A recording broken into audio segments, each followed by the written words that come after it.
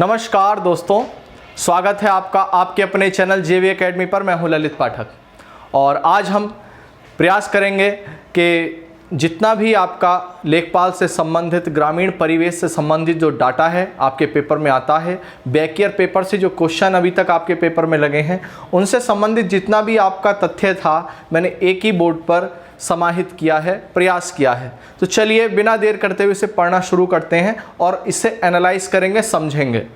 तो आइए मेरे साथ चलते हैं। सबसे पहली चीज़ आपको यहाँ देखनी क्या है, राजस्व प्रशासन कार्य।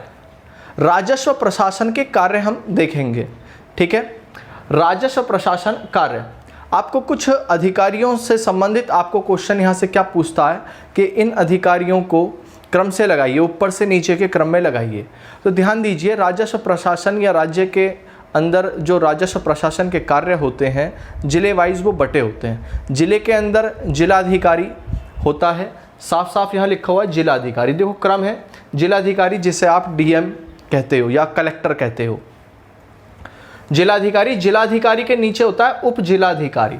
उप जिलाधिकारी मतलब एसडीएम। जिलाधिकारी के नीचे होता है उप जिलाधिकारी जिसे आप कहते हो एसडीएम, ठीक है। उप जिलाधिकारी, उप जिलाधिकारी के नीचे आता है तहसीलदार। क्या आता है? तहसीलदार, ठीक है। तहसीलदार जो शब्द है वो शब्द अरबी भाषा का है, हम इसमें पढ़ेंगे, ध्यान देना। तहसीलदार शब्द, अब ध्यान देंगे अगर आपको समझ में चीज़ें आ रही हो। देखो तहसीलदार शब्द को यहाँ मैंने एक्सप्लेन करा है, लिखा है आपका तहसीलदार शब्द अरबी भाषा का है तहसील प्लस दार, दो शब्दों से मिलकर बना है तहसील प्लस दार। तहसील शब्द का अर्थ होता है राजस्व सर्जन, रेवेन्यू। रेवेन्यू का जो कलेक्शन करता है, ठीक है, वो अमीन होता है, वो अलग चीज़ें हम बाद में पढ़ेंगे। राजस्व सर्जन, तहसील का मतलब होता है दार। इसमें ये जो प्रत्यय लगा है, ये दार प्रत्यय का मतलब होता है पद का धारक, पद को धारण करने वाला। अब इसका तहसीलदार का जो हिंदी में अर्थ होता है वो होता है कर संग्राहक। कर संग्राहक, तहसीलदार को हिंदी में कहते हैं कर संग्राहक। किस भाषा का शब्द है तहसीलदार? तो अरबी भाषा का शब्द है तहसीलदार, ठीक है। अगर आपसे ये क्वेश्चन पूछ ले कि तहसीलदार शब्द किस काल में जन्म लिया या किस काल में इसका भारत में सर्जन हुआ, तो मुगल काल में, जब मुगल प्रशासन था तो मुगल काल में तहसीलदार शब्द का यहाँ पे अधिक तौर पर प्रयोग किया जा रहा था। अगली चीज़ देखेंगे तो पहले हमने देखा जिलाधिकारी, जिलाधिकारी के नीचे उप जिलाधिकारी, उप जिलाधिकारी के नीचे आता है आपका तहसीलदार। अब तहसीलदार के नीचे होता है आपका राजस्व निरीक्षक। राजस्व निरीक्षक, अब ये राजस्व निरीक्षक, ध्यान देना, राजस्व निरीक्षक को कानून गो भी बोलते हैं। आपने सुना होगा कानून गो, तो राजस्व निरीक्षक को ही कानून गो कहते हैं। अब कानून गो के नीचे काम करते हैं, कानून गो के नीचे काम करते हैं लेखपाल। लेखपाल ब्रैकेट में लिखा है पटवारी, पटवारी।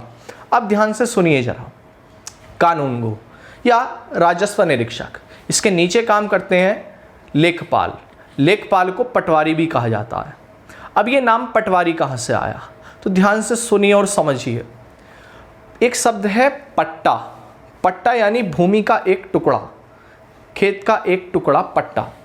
आप नाम सुनेंगे शेर शाह सूरी। शेर शाह सूरी मुगल काल में, अगर आप मुगल काल पढ़ेंगे तो बाबर के बाद में बाबर का लड़का हुमायूं आता है 1530 ईस्वी में। हुमायूं शासन करेगा 1539 तक। चौसा का और बिलग्राम का युद्ध होगा 39 और 40 में, आप पढ़ेंगे। और ये युद्ध होता है शेर शाह सूरी वर्सेस हुमायूं। हुमायूं बाबर का लड़का था, बाबर के लड़के हुमायूं को शेर शाह सूरी ने हरा दिया था। हसन खां शेर शाह सूरी का पिता था और शेर शाह सूरी बिहार के शासक बहार खां लोहानी के यहाँ नौकरी करता था। शेर शाह सूरी पठान था अफगानिस्तान का। शेर शाह सूरी का जब भारत पर शासन हुआ, दिल्ली पर उसने अपना शासन सत्ता स्थापित करी 1540 में, तो शेर शाह सूरी ने पहली बार पट्टेदारी व्यवस्था लागू की अपने काल में। आपसे कई बार क्वेश्चन पूछा जाता है कि पट्टेदारी व्यवस्था किसने लागू की, तो शेर शाह सूरी। पटवारी का पद शेरशाह सूरी ने नहीं लाया, वो अलग चीज़ है। पटवारी का पद या लेखपाल का पद तो मौर्य काल में भी होता था, चालुक्य काल में भी आप पढ़ेंगे, चोल काल में भी आप पढ़ेंगे, पाल वंश में भी आप पढ़ेंगे इस पद को। आपसे अगर क्वेश्चन पूछा जाए कि पट्टेदारी व्यवस्था, पट्टे काटते हैं, सरकारी भूमि को आवंटित करा जाता है बोने के लिए, आज उसे भी पट्टा बोल देते हैं। ग्राम समाज की जमीन होती है गांवों के अंदर, उसे आवंटित कर दिया जाता है, उसे पट्टा भी बोला जाता है। तो ऐसी भूमि, पट्टेदारी व्यवस्था, ये जो चीजें हैं, ये सबसे पहले शुरू करी थी शेरशाह सूरी ने। ठीक है, आपसे कई बार क्वेश्चन पूछा जाएगा, तो ध्यान देना, लेखपाल और पटवारी एक ही नाम है। लेखपाल पटवारी एक ही नाम है, एक ही पद के नाम है। लेकिन लेखपाल का नाम लेखपाल अब पड़ा कब? चौधरी चरण सिंह ने लेखपाल को लेखपाल नाम संबोधित करा। कहा जाता है कि चौधरी चरण सिंह के काल से ही पटवारी या पटवार का पद समाप्त होकर लेखपाल का शुरू हो गया, चौधरी चरण सिंह के काल से। आप पढ़ोगे मोरारजी लाल देसाई के बाद चौधरी चरण सिंह, 6-7 महीने की बहुत थोड़ी सा कार्यकाल था चौधरी चरण सिंह का। तो ध्यान देना, शेरशाह सूरी ने पट्टेदारी व्यवस्था प्रारंभ की, लेखपाल शब्द समाप्त कर, पटवारी शब्द समाप्त कर लेखपाल शब्द का सर्जन किया चौधरी चरण सिंह ने। अगली चीज, एक चीज और ध्यान देना जरा, यहां पे शब्द लिखा है पटवारी। पटवारी पट्टे का अधिकारी, पट्टा अर्थात भूमि का टुकड़ा, पट्टा अर्थात भूमि का टुकड़ा। लेखपाल संस्कृत का शब्द है, या संस्कृत का शब्द है, या कह सकते हैं लेखपाल एक तत्सम शब्द है। तत्सम शब्द ऐसे शब्द जो संस्कृत से आते हैं। कई बार यहां से आपके क्वेश्चन लगेंगे, जितनी बातें बता रहा हूं ये सारे वन लाइनर क्वेश्चन है वनडे एग्जाम के। समझ में आ रहा होगा? ठीक है, अगली चीज सुनिए, समझिए।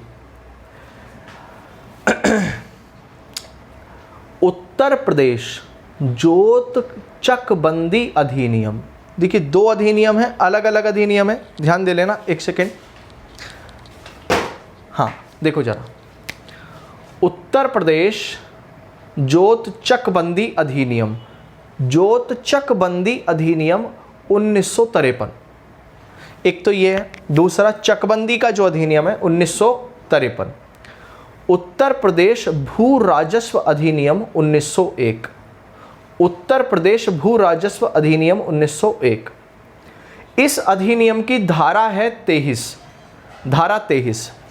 जब भू राजस्व, उत्तर प्रदेश भू राजस्व अधिनियम आप पढ़ेंगे, उस अधिनियम की धारा 23 देखोगे तो धारा 23 के अंदर लेखपाल क्या होगा, लेखपाल से संबंधित जो चीजें हैं उसकी डेफिनेशन दे रखी हैं धारा 23 में। आपसे डायरेक्ट यहां से प्रश्न पूछा जाएगा। ठीक है, अब चकबंदी, चकबंदी से संबंधित हम आगे भी और चर्चा करेंगे, लेकिन अब एक चीज जरा सुन लीजिए क्या होता है चकबंदी। ऐसा मान लीजिए एक परिवार के कुछ सदस्य हैं और उनकी भूमि जो है गांव में है, 4 खेत हैं, और वो चारों खेत जो हैं गांव में अलग अलग स्थानों पर हैं। अलग अलग स्थानों पर खेत होने से उन परिवार को ये नुकसान होता है कि अलग अलग खेतों में अलग अलग व्यक्ति तैनात करने पड़ते हैं, लगाने पड़ते हैं। पानी की व्यवस्था 4 जगह अलग अलग, 4 कुएँ, 4 तालाब, ऐसे 4 कुएँ मान लीजिए, उन पे 4 आपका मोटर मान लीजिए। तो सारी जो उनकी सौंज होगी, जो उनका जितना भी मशीनें होंगी, वो 4 अलग अलग लगी होंगी। अगर उन चारों खेतों को मान लीजिए 4 खेत हैं 5-5 बीघा के, 20 बीघा ज़मीन है, लेकिन वो 5 बीघा अलग अलग बटी हुई है 4 जगह। अगर कहा जाए या सोचा जाए कि वो चारों खेत एक ही जगह हो 20 बीघे, तो कैसा रहेगा? तो कहेंगे आप बहुत अच्छा रहेगा, ये बहुत ही अच्छा रहेगा। जो उनकी सौंज होगी, जो उनकी मशीनें होंगी कृषि करने के लिए, उनकी संख्या फिर कम हो जाएगी और पूरा परिवार उस फिर खेत पर ध्यान देगा। इससे क्या होगा? इससे जो होगा, जो मानव श्रम होगा उसकी बचत होगी, मानव श्रम की बचत होगी। इसी चीज को कहा जाता है चकबंदी। आगे हम पढ़ेंगे कैसे होती है, क्या होती है चकबंदी। यानी चक बांधना। ठीक है, तो ध्यान देना, उत्तर प्रदेश जोत चकबंदी अधिनियम 1953 है ये, इसको हम आगे पढ़ेंगे। उत्तर प्रदेश भू राजस्व अधिनियम 1901, धारा 23 में लेखपाल का उल्लेख है। ठीक है, अब बात करते हैं कुछ वोकैबुलरी, कुछ शब्दावली। खसरा क्या होती है, खतौनी क्या होती है, दाखिल खारिज किसे कहते हैं, नक्शा क्या होता है। ठीक है, ये सारी चीज़ें। तो खसरा क्या चीज़ है, ध्यान से सुनना और समझना। खसरा एक प्रकार का मैप है, एक प्रकार का मैप है, ध्यान से सुनना। इसके अंतर्गत क्या आता है, इसके अंतर्गत कृषि से संबंधित आंकड़े और खेत से संबंधित आंकड़ों का एक नक्शा है, गांव का नक्शा। कृषि से संबंधित, खेत से संबंधित आंकड़ों का एक नक्शा है खसरा। ठीक है, इसे कौन तैयार करेगा, इसे तैयार करता है लेखपाल, जिसे आप पटवार या पटवारी के नाम से भी जानते हो। तो क्या लिखा है, खसरा एक मैप है। ठीक है, और इसके अंतर्गत जो खाने होते हैं, इसमें जो लिपि करने के लिए खाने होते हैं, उन कॉलमों की संख्या या खानों की संख्या 22 होती है। कई बार आपसे यहाँ से क्वेश्चन पूछा जाएगा डायरेक्ट। देखिए, मैं प्रयास कर रहा हूँ आपके लिए कि आप ज़्यादा डाटा में ना पढ़ो, आपको बहुत सारे में से इतना सा समाहित करके आपको दे दिया जाए, क्योंकि आपको जीएस भी पढ़नी है, आपको हिंदी भी पढ़नी है, मैथ्स, रीजनिंग तो खैर नहीं आती है, मैथ्स भी पढ़ना है आपको, करंट अफेयर्स भी पढ़ना है। तो आप इस पर इतना ध्यान दें जितना की आवश्यकता है। ज़्यादा डाटा किसी और कभी समय मिलेगा तो पढ़ेंगे। तो ध्यान देना, आपसे कई बार क्वेश्चन पूछा जाएगा कि खसरा में कॉलमों की संख्या या खानों की संख्या तो 22। ठीक है, अब अगली चीज सुन लेना, प्रतिवर्ष नवीनीकृत लेखपाल। इसका प्रतिवर्ष इसे रिन्यू करना पड़ता है, इसके नए लेखे तैयार करने पड़ते हैं। हर वर्ष की एक किताब होती है मैप की। ठीक है, लेखपाल के पास हर वर्ष नवीनीकृत करना पड़ता है। क्यों नवीनीकृत करना पड़ता है, एक बात बताइए, एक साल में एक गांव में बहुत सारी ज़मीन उन लोगों द्वारा, गांव के लोगों द्वारा खरीदी भी जाती हैं, बेची भी जाती हैं। तो जाहिर सी बात है, उन ज़मीनों का मालिक चेंज होता रहता है, ज़मीनों का साइज चेंज होता रहता है। मान लीजिए किसी पर अगर 100 बीघे ज़मीन है, उसने 20 बीघा बेच दी, तो उस 20 बीघा टुकड़े का मालिक कोई और अलग हो गया, तो परिवर्तन हो गया। तो अगर मैं अपने गांव के खेती के नक्शे में जो चक हैं, जो भूमि हैं, उन नक्शों में अगर परिवर्तन नहीं करूंगा कौन सी किसकी ज़मीन है, तो फिर कैसे पता लगेगा कौन सी किसकी ज़मीन है। इसीलिए मुझे प्रतिवर्ष इसे रिन्यू करना होता है, इसे नवीनीकृत करना होता है, तभी तो पता चलता है कौन सी किसकी ज़मीन है। सरकार का काम है ये। ठीक है, प्रतिवर्ष नवीनीकृत करता है, कौन करता है, लेखपाल। ठीक है, दो चीज़ें और सुन लीजिए, लेखपाल को और भी दो अन्य नामों से जाना जाता है। पटेल, पटेल भी कहा जाता है, लेखपाल के लिए एक शब्द आता है पटेल। ठीक है, लेखपाल को शान बोगुरु, ध्यान देना, लेखपाल को शान बोगुरु भी कहते हैं, शान बोगुरु। ठीक है, अब अगली चीज सुन लीजिए जरा, खसरा खेतों का नक्शा होता है। खसरा आपसे डायरेक्ट क्वेश्चन पूछा जाएगा, खसरा क्या होता है, आपको 4 कॉलम दिए होंगे, तो आपको चुनना है खसरा क्या होता है। खसरा खेतों का नक्शा होता है और कुछ नहीं। ठीक है, सिंपल सी, खसरा खेतों का नक्शा होता है और इसमें 22 कॉलम होते हैं, ये तो आप याद ही रखेंगे। अगली चीज़ है लैंड रिकॉर्ड्स, लैंड यानी भूमि। ठीक है, land records manual, land records manual, para के, ठीक है, संख्या 55। इसके अंतर्गत क्या दे रखा है, मैन्युअल जो लैंड्स रिकॉर्ड्स होते हैं हमारे, लैंड्स रिकॉर्ड्स जो मैन्युअल है उसका जो के है पैरा 55 जो है, उसके अंदर खसरा का उल्लेख है। ठीक है, खसरा। अब ध्यान दे लेना, अगर आपको डायरेक्ट यहाँ से क्वेश्चन पूछा जाएगा, मुगल काल में जो पटवार या पटवारी है उसका क्या महत्व रहा, तो मुगल काल में इसका सर्वाधिक प्रभाव था। लेखपाल या पटवारी का सर्वाधिक प्रभाव कब था? तो मुगल काल में। लेकिन आपसे अगर क्वेश्चन पूछा जाए कि पटवारी या लेखपाल का सरकारीकरण, सरकार ने जो प्रत्येक गांव में पटवारी नियुक्त किया था, तो वो कब किया था? तो ब्रिटिश सरकार ने किया था 1918 में।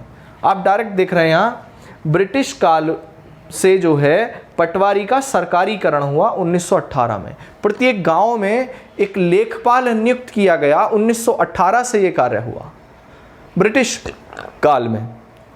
और मॉन्टेग्यू चेम्सफोर्ड सुधार पढ़ोगे आप, मैंने आपको पिछली वीडियो में भी बताया। चलिए आगे बढ़ते हैं, अगली चीज़ों पे ध्यान देंगे हम। शब्द, अगला शब्द है खसरा, जो हमने अभी और पढ़ा था। खसरा को रिकॉर्ड्स ऑफ राइट्स भी कहा जाता है, लेकिन ध्यान देना खसरा जो ये शब्द है इसका डायरेक्ट उल्लेख नहीं है, खसरा शब्द लिखा हुआ नहीं है, ठीक है। इसके लिए जो शब्द आया है वो आया है अधिकार अभिलेख, अधिकार अभिलेख। लेकिन अधिकार अभिलेख संयुक्त रूप से आता है। एक चीज़ लिखी है मैंने यहाँ पर, खसरा प्लस खतौनी बराबर अधिकार अभिलेख। ध्यान देंगे इसका उल्लेख जो है डायरेक्ट इस शब्द का उल्लेख नहीं है, खसरे का पुराना शब्द है मुगल काल का, किंतु अधिकार अभिलेख की आधारशिला है। जो खसरा होती है वो अधिकार अभिलेख की आधारशिला होती है, यानी बेस होता है। कृषि आंकड़ों के लिए जिन तथ्यों की आवश्यकता होती है, कृषि आंकड़े जो हमारे कृषि से संबंधित आंकड़े होते हैं, उन आंकड़ों के लिए जिन तथ्यों की आवश्यकता होती है, ध्यान देना, जिन तथ्यों की आवश्यकता होती है उन्हें लेखपाल खसरे में लिखता है, उन्हें लेखपाल खसरे में लिखता है। आपसे डायरेक्ट क्वेश्चन यहाँ से बनेगा कि कृषि संबंधित जिन तथ्यों की आवश्यकता होती है उन्हें कहाँ लिखा जाता है? तो खसरे में लिखा जाता है। कौन लिखता है? तो लेखपाल लिखता है। डायरेक्ट आपसे क्वेश्चन पूछा जाएगा। अगली चीज है खतौनी, ठीक है। अब एक चीज और है, ध्यान देंगे क्या है खतौनी। अब ये खतौनी क्या है? देखो पहले तो एक चीज ध्यान देना, खतौनी अधिनियम 1901 में यह शब्द नहीं है। अब ये अधिनियम 1901 क्या था? यहाँ पे हमने पढ़ा था उत्तर प्रदेश भू राजस्व अधिनियम 1901। 1901 की धारा 23 पड़ी थी जिसमें लेखपाल था। लेकिन कह रहा है कि 1901 अधिनियम जो भू राजस्व अधिनियम है अपना, उसमें खतौनी शब्द का उल्लेख नहीं है, उसमें खतौनी शब्द का उल्लेख नहीं है। तो फिर क्या है? ध्यान देना, इसे अधिनियम की धारा 33 में वार्षिक रजिस्टर या एनुअल रजिस्टर कहा गया है। किस धारा में? तो धारा 33 में। किस अधिनियम की धारा 33 में? 1901 की धारा 33 में वार्षिक रजिस्टर कहा गया है, जिसे आज हम खतौनी कहते हैं आम भाषा में। शब्द यही यूज होता है, तो घबराइए मत आप। अगली चीज ध्यान से सुनना, इसे एक व्यक्ति या परिवार की जमीन संबंधी सूची होती है। इसमें एक व्यक्ति या परिवार की जमीन संबंधी सूची होती है। यह 6 वर्ष में नवीकृत होती है। और खसरा कितने वर्ष में होती है? 1 वर्ष में। और खतौनी कितने वर्ष में होती है? 6 वर्ष में। आपसे डायरेक्ट क्वेश्चन पूछेगा कि खतौनी में कुल कितने कॉलम्स होते हैं या खाने होते हैं? तो खानों की संख्या कितनी होती है? 13 होती है। खानों की संख्या कितनी होती है? 13। और अभी हमने यहाँ क्या पढ़ा था? खसरा में खानों की संख्या कितनी होती है? तो 22। डायरेक्ट आपसे क्वेश्चन पूछा जाएगा, खसरा में खानों की संख्या 22 और खतौनी में कॉलम्स या खानों की संख्या 13। अगर किसी दिन मौका मिला तो मैं खसरा और खतौनी का आपको एक सैंपल बुक भी लाके दिखा सकता हूँ, या उसके कुछ फ़ोटो स्टेट भी लाके दिखा सकता हूँ। अभी तो खैर लॉकडाउन चल रहा है, तो चलिए प्रयास करूँगा फिर भी मैं। तो अगली चीज़ देखेंगे ज़रा, अगला है खेवट। शब्द है खेवट। अब ये खेवट क्या है? ध्यान देना ज़रा, बड़ी अच्छी सी चीज़ है खेवट, ठीक है। अब खेवट को समझने से पहले 2-3 चीज़ें पहले आप सुन लीजिए क्या होती हैं। 1950 से पहले एक होता था जमींदारी प्रथा। हम पढ़ेंगे ब्रिटिश काल में और ब्रिटिश काल से भी पहले। अगर बात करूं औरंगजेब की मृत्यु के बाद, औरंगजेब की मृत्यु के बाद, हाँ, अगर उससे पहले की और थोड़ी सी चर्चा कर लें औरंगजेब की मृत्यु से पहले, तो आपको पता होगा एक व्यक्ति था मुर्शिद कुली खां। अगर इतिहास पढ़ा है तो मुर्शिद कुली खां को बंगाल में नियुक्त किया था एज ए अधिकारी के तौर पर, रेवेन्यू कलेक्शन करने के लिए, कुछ दिन के लिए, राजस्व वसूली के लिए। उससे पहले वहाँ का वो सूबेदार भी बन चुका था। और मुर्शिद कुली खां को औरंगजेब ने जब बंगाल में नियुक्त किया था, औरंगजेब की इधर मृत्यु हुई 1707 में, और उधर मुर्शिद कुली खां ने कुछ दिनों बाद अपने आप को बंगाल का स्वतंत्र शासक घोषित कर दिया। ठीक है, ये जो जमींदारी वर्ग था, ये जो जमींदारी वर्ग था, ध्यान देना, ये जो जमींदारी वर्ग था, इस जमींदारी वर्ग का आगे प्रयोग किया जाएगा 1857 और 1864 बक्सर के युद्ध के बाद। कौन करेगा? Lord Cornwallis. आप पढ़ेंगे स्थायी बंदोबस्त, 1793, लॉर्ड कॉर्नवालिस कोर्ट, स्थायी बंदोबस्त। स्थायी बंदोबस्त रेवेन्यू कलेक्शन के लिए कुछ व्यक्तियों को बंगाल में नियुक्त किया गया। वो जमींदार होते थे, वो टैक्स वसूल के अपना कमीशन रख के सरकार को दे देते थे। सरकार में गवर्नर को। यहां से जमींदार बनने लगे बंगाल से। ये पद, जमींदार के पास में किसान की बहुत सारी जमीन गिरवी रहती थी, गिरवी।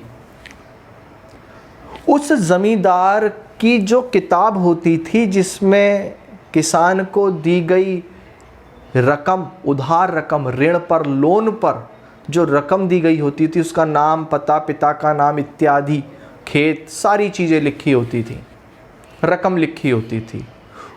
उस आंकड़ों के संग्रह को पटवार नहीं, पटवार कर रहा हूं, खेवट, उस आंकड़े के संग्रह को खेवट कहते थे। पटवार तो पटवारी को कहते, खेवट। खेवट क्या है? यह जमींदारी से संबंधित था। अब यहां था क्यों लिखा है? जो जमींदार होता था उस समय, आपकी कृषि से संबंधित जो जमीन होती थी, भूमि होती थी, वो आप मालदार व्यक्ति के पास में, बनिए के पास में उधार रखे आते थे, लोन पर रखे आते थे, और उससे कुछ कर्ज ले आते थे। कर्ज दिया नहीं जाता था तो क्या होता था? आपकी ज़मीन जो है मारी जाती थी और ज़मींदार उस पर कब्जा कर लेता था, ये होता था। लेकिन जब हमारा देश आज़ाद हुआ 1950 के बाद, हमारा संविधान लागू हो गया पूरी तरह से, तो ज़मींदारी उन्मूलन कानून भी आ गया। अब ज़मींदारी उन्मूलन कानून के तहत जो ज़मींदारी, अब यहाँ पे आप पढ़ने की चीज़ें हैं, अनुच्छेद 13, ये अनुसूची 9, अनुच्छेद 31 ए बी भी पढ़ना है आपको। यहाँ से आपको समझ में आएगा ज़मींदारी उन्मूलन। और अनुच्छेद 19 6 तो पढ़ना ही पढ़ना है, संपत्ति का अधिकार। कुछ लोगों के पास तो बहुत सारी ज़मीनें होती थी, कुछ लोगों के पास थोड़ी होती थी। ठीक है, अब ये ज़मींदारी उन्मूलन का टॉपिक है, किस दिन और दिन अगर संविधान में अगर मौका मिला तो चर्चा करूँगा इस पर, एक बहुत बड़ी वीडियो बनने जा रही है आगे। तो ध्यान देना, जो ज़मींदार होते थे उनके पास जो किताबें होती थी, कई बार वो किताबें किसान आंदोलन में जलाया भी करते थे, आगे इतिहास में आप पढ़ोगे तो वही चीज़ को खेवट कहते थे। तो यह ज़मींदारी से संबंधित था, जो संबंधित आंकड़ों का तथ्य था। यह एक रजिस्टर होता था। 1950 के बाद उत्तर प्रदेश जमींदारी उन्मूलन जब लागू हुआ तो इसे बंद कर दिया गया। ठीक है, नोट, खतौनी इसी के साथ होती थी। खतौनी और खेवट, पहले जमींदारी करते थे जमींदार, खतौनी और खेवट। ठीक है, यहां लिख देता हूं, खतौनी और खेवट। खतौनी और खेवट दोनों का काम जमींदार करते थे। ठीक है, अभी हमने ऊपर खतौनी भी पढ़ा था, वार्षिक रजिस्टर होता है, वार्षिक रजिस्टर। ठीक है, खेवट क्या है? उसको जो ऋण दिया है उसका लेखा जोखा है खेवट। ठीक है, तो इसे बंद कर दिया गया खेवट को 1950 के बाद। लेकिन खेवट के साथ साथ ही खतौनी था, लेकिन खतौनी वर्तमान में आज भी जो है वो जारी है, वर्तमान में अभी भी जारी है। खतौनी इसी के साथ होती थी जो वर्तमान में अभी भी जारी है। आपको ये चीज़ बड़ी ध्यान से सुननी और समझनी है। खतौनी खेवट एक ही चीज़ें हैं, कोई जानवर नहीं है, कोई आदमी का नाम नहीं है, एक रजिस्टर का नाम है। ठीक है। नक्शा, इसे चौहद्दी भी कहा जाता है। इसमें खेत का पता व गांव की सीमा, बॉर्डर, ठीक है, सीमा दर्ज होती है। लेखपाल अपने क्षेत्र के अंतर्गत आने वाले गांव में, ध्यान देंगे, लेखपाल अपने क्षेत्र के अंतर्गत आने वाले गांवों में, बल्कि गांवों होना चाहिए, कई सारे गांव आते हैं लेखपाल के अंतर्गत, गांवों में प्रत्येक वर्ष, इधर फोकस करें, प्रत्येक वर्ष प्रति एक खेत में 3 बार जाकर निरीक्षण करता है। ये जो निरीक्षण करता है कब करता है, ध्यान देना, तो कह रहा है अपने क्षेत्र के अंतर्गत जितने भी लेखपाल के क्षेत्र के अंतर्गत गांव आते हैं उन गांवों में प्रतिवर्ष जाता है, प्रत्येक खेत में जाता है। ठीक है, कितनी बार जाता है प्रतिवर्ष में? 3 बार जाता है। ठीक है, प्रतिवर्ष प्रत्येक खेत में 3 बार जाकर निरीक्षण करता है। क्यों करता है? क्या करता है कि खेत बेचने वाला या खेत खरीदने वाले की जो बाउंड्री है, जो चौहद्दी है, वो सही है कि नहीं है, बेच दी है, कोई झगड़ा फसाद तो नहीं है। इस चीज़ को क्या कहेंगे? खेत में जाकर निरीक्षण करना, यानी कि जांच पड़ताल करना। तो डायरेक्ट आपसे ये शब्द पूछ लेगा कि पड़ताल, लेखपाल से संबंधित एक शब्द है पड़ताल। तो पड़ताल किसे कहते हैं? लेखपाल अपने अंतर्गत जो गांव आते हैं उन गांवों में प्रतिवर्ष प्रत्येक खेत में साल में 3 बार जाता है और ये निरीक्षण करता है कि खेत की चौहद्दी सही है या नहीं है। सही नहीं है तो उसे सही करवाता है। ठीक है, इस चीज़ को क्या कहते हैं? इसे कहते हैं पड़ताल। तो आपसे डायरेक्ट पूछ लेगा। ठीक है, दाखिल और खारिज। अब ये एनुअल रजिस्टर होता है, यानी वार्षिक रजिस्टर ही होता है। अब दाखिल खारिज क्या क्या चीज़ें हैं ये मैं आपको बता दूं। सिंपल चीज़ें हैं। देखिए, किसी की ज़मीन है, उसने आज बेच दी, तो आज उसका मालिक कोई दूसरा हो गया। ठीक है, तो ये जो खेत है, खेत तो वहीं पर है, मालिक चेंज हो गया। आज मालिक इस खेत का ए है, कल इस खेत का मालिक बी हो गया। ठीक है, अब इस खेत का मालिक ए था, जिस रजिस्टर में लिखा है उस रजिस्टर में से हटाकर ए का नाम क्या लिखना पड़ेगा? बी का नाम लिखना पड़ेगा। तो ए का हटाकर बी का लिखना, जिस पर ज़मीन का कब्जा है उसका नाम लिखना, यानी इस चीज़ का परिवर्तन, इस चीज़ को कहते हैं दाखिल खारिज की प्रक्रिया। सिंपल। दाखिल खारिज, खतौनी में जोतदार के नाम का परिवर्तन। खतौनी क्या है? खतौनी यहाँ पड़ी थी अभी। खतौनी वार्षिक रजिस्टर है, इसमें एक व्यक्ति या परिवार की जमीन संबंधी सूची होती है और इसे 6 वर्ष में रिन्यू किया जाता है। ये चीज़ें हैं, समझ में आया? खेत से संबंधित जो एक व्यक्ति है, परिवार है, उसकी सूची है कि कितनी किस पे क्या है। ठीक है, अब कुछ बेच दी तो उसका मालिक दूसरा बन गया, तो परिवर्तन तो करोगे कि नहीं करोगे? इसी परिवर्तन को कहते हैं दाखिल खारिज। तो खतौनी में जोतदार मतलब भूमि का जोतने वाला, उसे कहते हैं जोतदार। खतौनी में जोतदार के नाम का परिवर्तन, जोतदार के नाम का परिवर्तन, ए हटाकर बी लिखना। अर्थात जब किसी भूमि के कब्जे में परिवर्तन होता है इसे दाखिल खारिज कहते हैं। सिंपल है। अब ए की थी कल बी की हो गई। इस चीज को हटाना, बदलना, कब्जे के नाम को बदलना, कब्जेदार के नाम को बदलना दाखिल खारिज कहते हैं। अगली चीज बड़ी महत्वपूर्ण, वेरी महत्वपूर्ण, बहुत ज्यादा, वेरी वेरी मोस्ट। कई बार एक क्वेश्चन आपसे पूछा गया है, पिछले पेपरों में भी आया है, कृषि वर्ष। कृषि वर्ष कब से प्रारंभ होता है? अगर आपको ऑप्शन दे देगा 1 अप्रैल से 31 मार्च, तो आप वहीं पर ही जाके क्या हो जाएंगे, शहीद हो जाएंगे, लेकिन आप गलत हो जाएंगे। फिर कृषि वर्ष अलग होता है 1 जुलाई से, ध्यान दीजिए सभी, 1 जुलाई से प्रारंभ होकर 30 जून तक, 30 जून तक। अब कृषि वर्ष आपसे डायरेक्ट पूछ लेगा कृषि वर्ष कब से कब तक, तो 1 जुलाई से 30 जून। 30 जून से 1 जुलाई मत कर दीजिए, ये तो एक ही दिन हो गया। ऐसा ऑप्शन में दिया होगा और आप कंफ्यूज हो जाएंगे और जल्दी जल्दी में गलत कर देंगे। 1 जुलाई से 30 जून तक ये क्या है, कृषि वर्ष। लेकिन एक होता है वित्त वर्ष, वित्त वर्ष, वित्त वर्ष अलग है, ठीक है।